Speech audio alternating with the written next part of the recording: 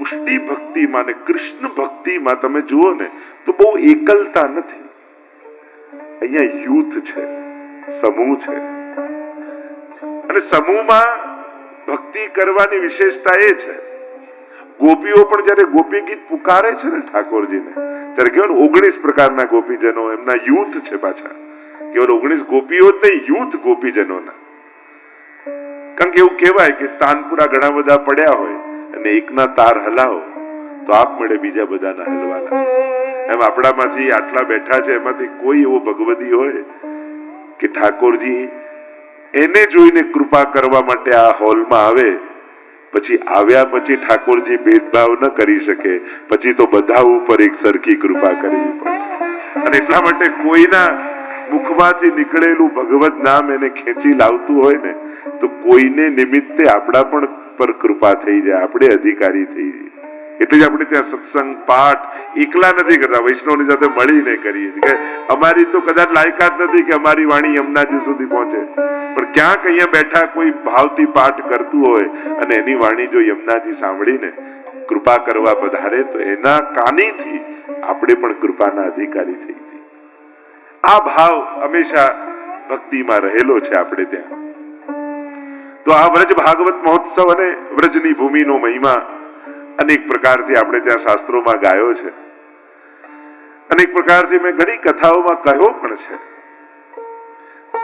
કેટલા કેટલા દોહાઓ થકી, છંદો થકી. કોટી કલ્પ કાશી બસે, અયોધ્યા કલ્પ હજાર, એક નિમિષ બ્રજ में रहे, बड़ भागी કૃષ્ણદાસ. અન્ય અન્ય તીર્થોમાં કેટલા વર્ષો વસો ત્યારે જે કામ થાય એ વ્રજમાં એક ક્ષણથી થઈ જાય છે. એવો વ્રજનો મહિમા છે. એટલે કે ये सब मेरो અંગ. બ્રજમાં ઠાકોરજી છે એમ નહીં કહું, બ્રજ ઠાકોરજી જ છે.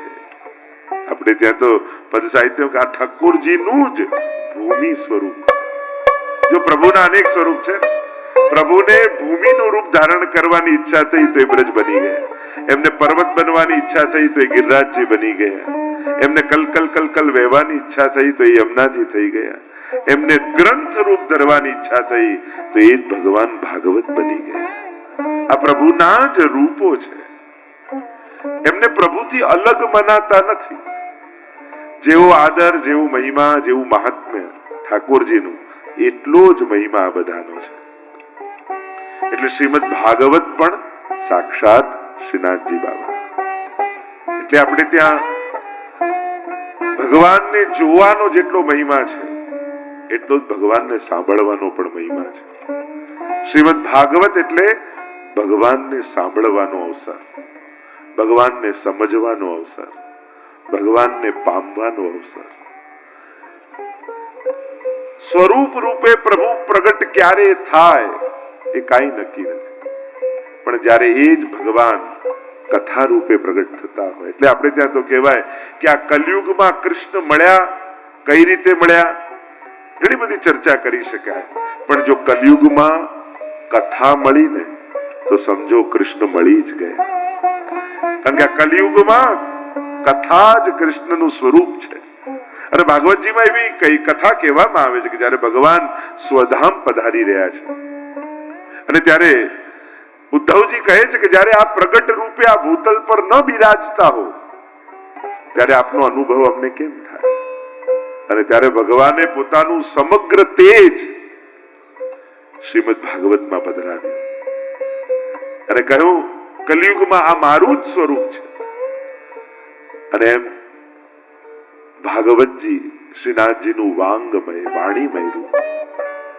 પ્રસિદ્ધ દ્વાદશાંગો હિ પુરુષા, 12 અંગ વાળા શ્રીનાથજી, તો 12 સ્કંદ વાળું શ્રીમદ ભાગવત. પહેલો બીજો સ્કંદ શ્રીનાથજીના બંને ચરણ, ત્રીજો અને ચોથો સ્કંદ બંને બાહુ, પંચમ અને ષષ્ઠ સ્કંદ બંને જંઘાઓ શ્રીનાથજીની, સપ્તમ સ્કંદ શ્રીનાથજીનો મુષ્ટિકા વાળો હાથ, આઠમો ને નવમો સ્કંદ બંને વક્ષસ્થલ, દશમ સ્કંદ એ હૃદય, એકાદશ સ્કંદ એ મસ્તક, 12મો સ્કંદ શ્રીનાથજી બાબાનો ઊંચો ઉઠેલો હાથ, જેનાથી નિજ ભક્તોને પોતાના શરણમાં બોલાવે છે, આવ આવ આવ આવ આવ. એ આશ્રય લીલા, જે જીવને આપેલું પરમાત્માનું આમંત્રણ. જો પ્રભુ બે વસ્તુ આપે, સૌથી પહેલા આમંત્રણ આપે અને શરણે જાઓ પછી અભય આપે. આ બે વસ્તુનું દાન છે. બાકી કોઈ ભગવાન બોલાવતા નથી પોતાની પાસે. આ એક શ્રીનાથજી બાબા એવો છે કે પોતાના નિકુંજના દ્વાર ઉપર ઉભા રહી એક એક ભક્તોને શોધીને એમ કે આવ આવ આવ આવ. આ શ્રીનાથજી બાબાનું સૌંદર્ય છે.